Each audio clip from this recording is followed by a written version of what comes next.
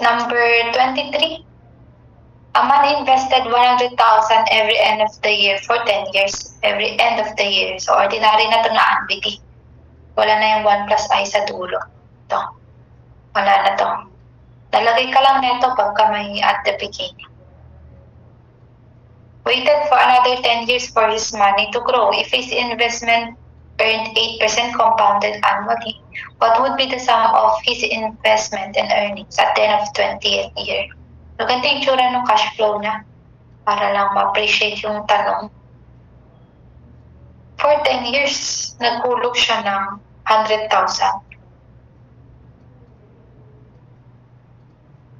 Yan, from year 1 to year 10, kulog po siya ng 100K.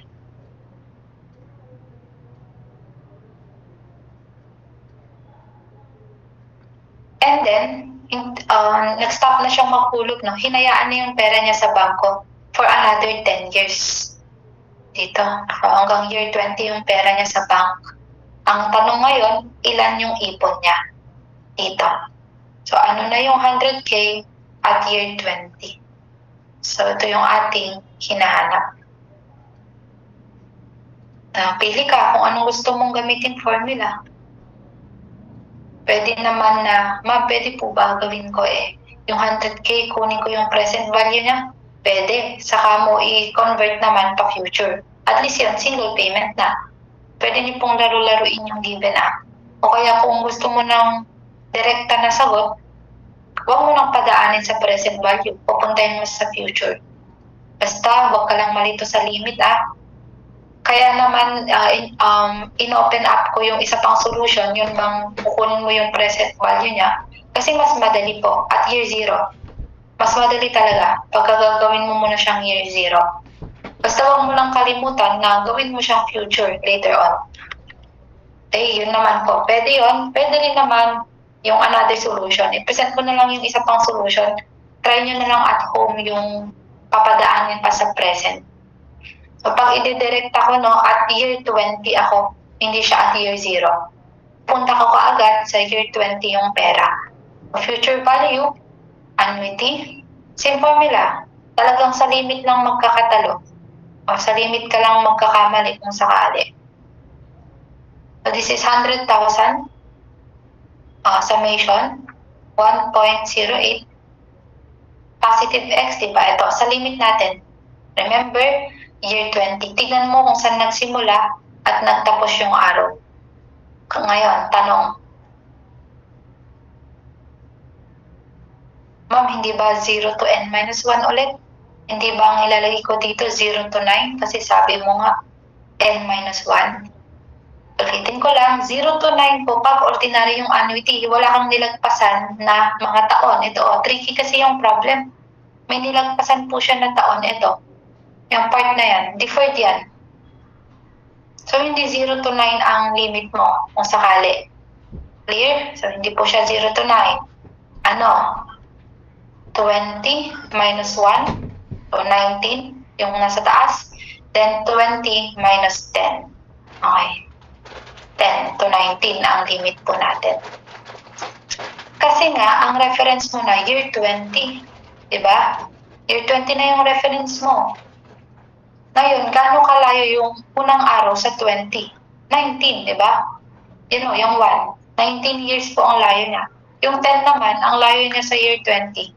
10. So, 10 to 19 ang limit. Kung naguluhan ka sa explanation, project mo na lang present. Pwede rin yan. Kunin mo na lang yung present. At least yun, hindi ka maguguluhan sa limit. 1 to 10 po ang limit niya. Kayo po bahala O year 20 na lang. So, try mo na lang pag mamaya na isolve.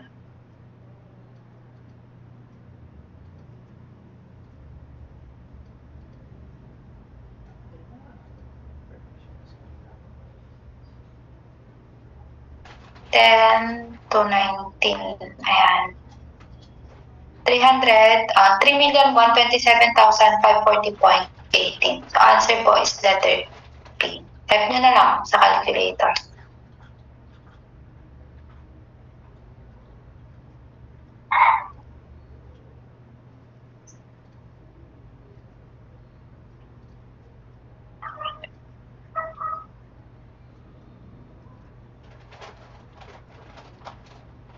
number 24, a new building costing 300 million, excluding equipment, has an estimated useful life of 40 years with no salvage value.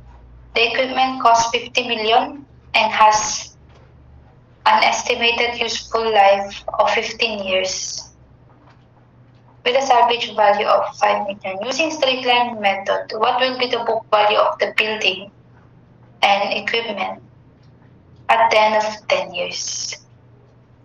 Try natin to. Pag straight line yung method, mode 3.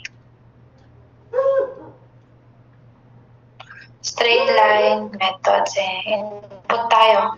X tsaka Y. For muna tayo for building. Yan, dalawa kasi. Yan, sa building muna tayo. Yan, new building tsaka new equipment yung pinag-uusapan. So, pag new building at year 0, 300 million pa siya. Pero after 40 years, useful life niya lang kasi 40 years. After 40 years, 0 na po yung value niya.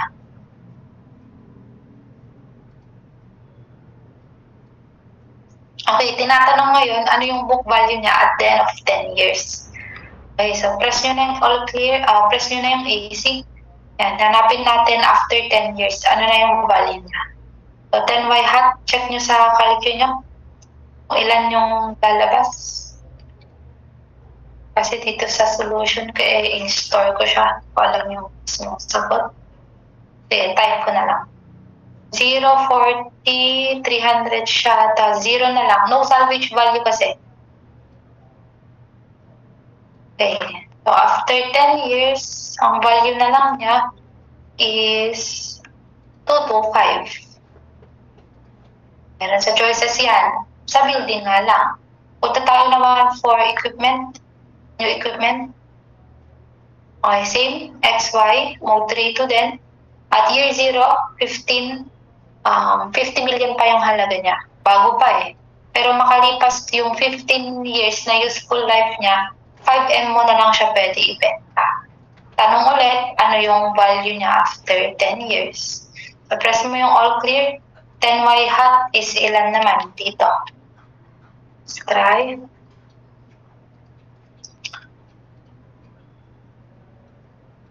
Years. Ito is 50 tsaka 5. Tama? Yan. Ganon din. 10y hat. 20 million. Kanyang value after. Therefore, total na book value total is 225 million plus 20 million. So, 245. 30. So, dalawa yung tanong. What will be the book value of the building and the equipment in total?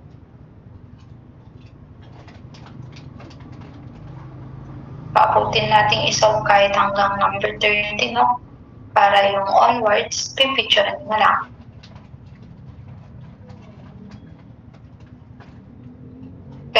tayo. Sana yung mga problem po na like ito, straight line method, yung mga depreciation, na kaya naman i-calculate, nakuha ninyo. Kaya hanggat maaari, i-befriend nyo na yung calculate nyo. Gamay na gamay, kabisado na yung mga pipindutin. Para hindi kayo maradal. Though sa ESAS naman, enough po yung time. May sobra pa nga baka maaga nyo po siya matapos. Pero yung math medyo alangan. Kaya yung mga Caltech na tinuturo namin, mga tips or mga strategies, try nyo pong practice.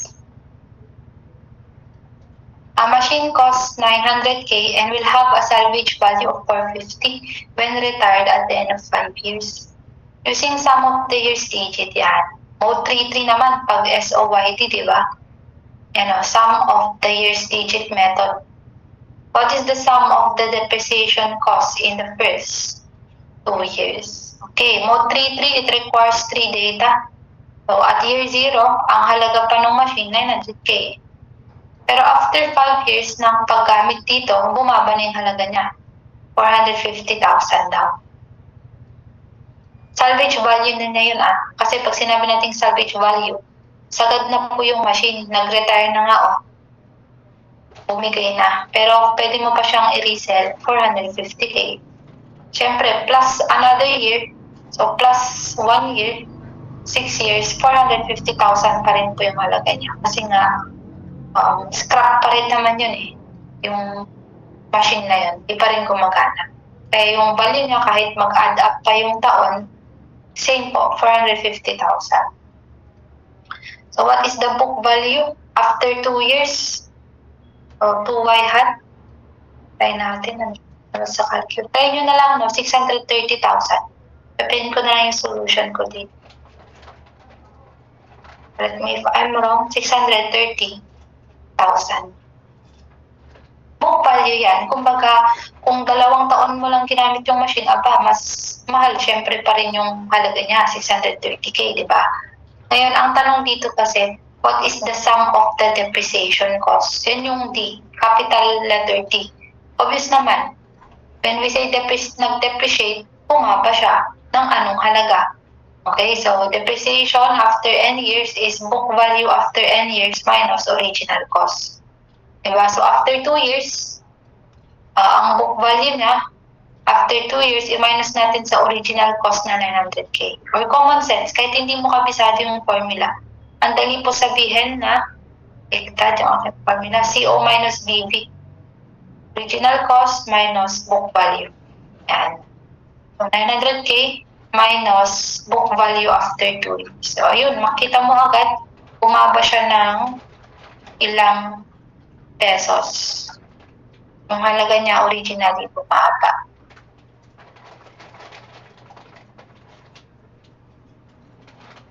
So, 270K yung kanyang i-depreciate. Letter C.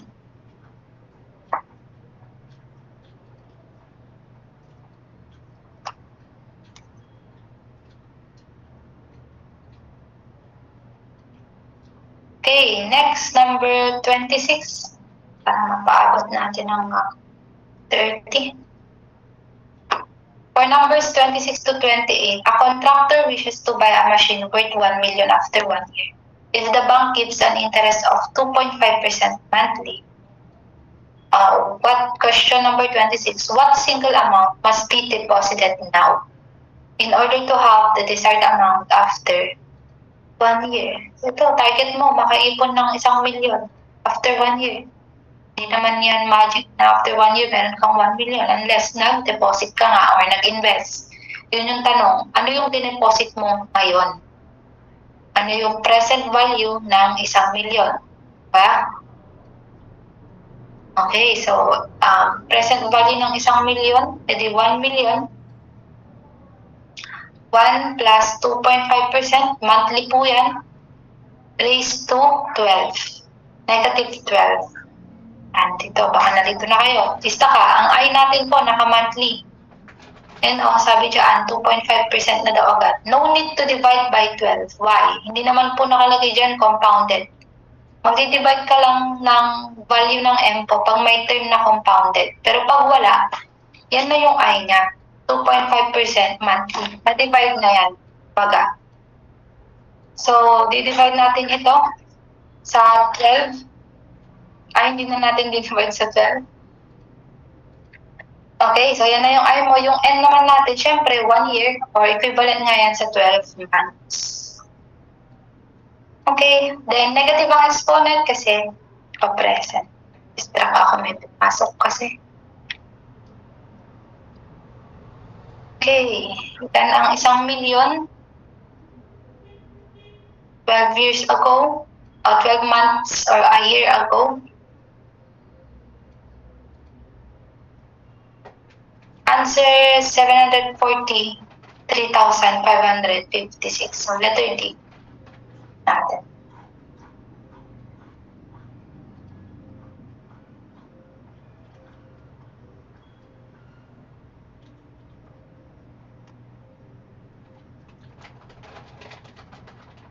Pero ang mga interest ngayon sa bank kasi mabababa na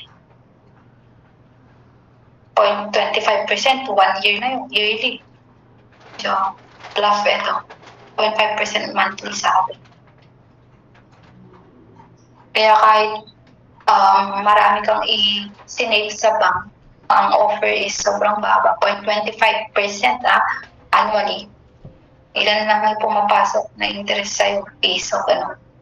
Depende pa rin sa halaga ng nakadeposit.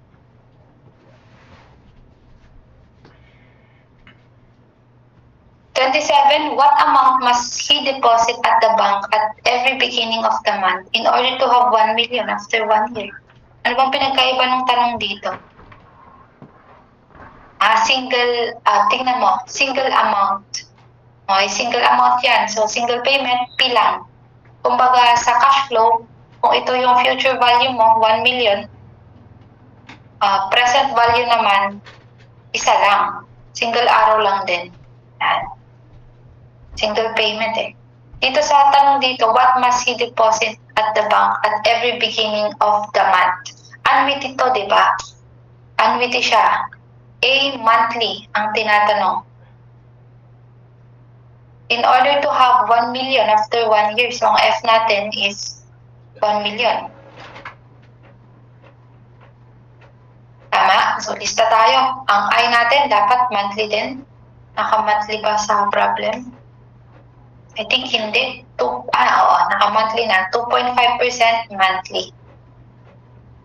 And then, ang N natin, number of months, 12 months.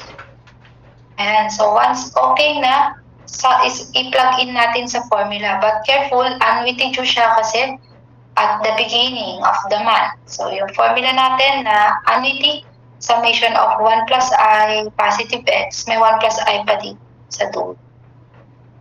Okay, so this is 1 million. The annuity, therefore, is 1 million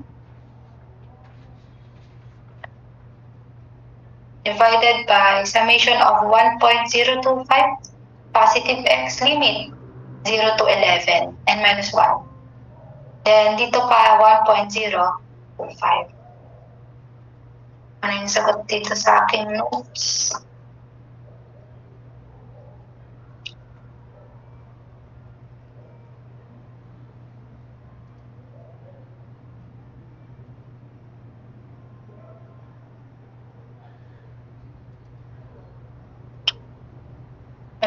Sagot. So, type ko na. 1 times 10 raised to 6 divided by, yan, positive x pa future 0 to 11. And then, dahil annuity due, maglagay ka pa sa dulo ng 1.02. Answer, 70,700. So, ito yung ihulog mo, 1. Kasi parang medyo mabigat to eh, yung lump sum. Mag-deposit ka ngayon sa bangko, 743. Diba? Yung mabigat yan kasi single payment. Ito na lang, 1 buwan na 70,700.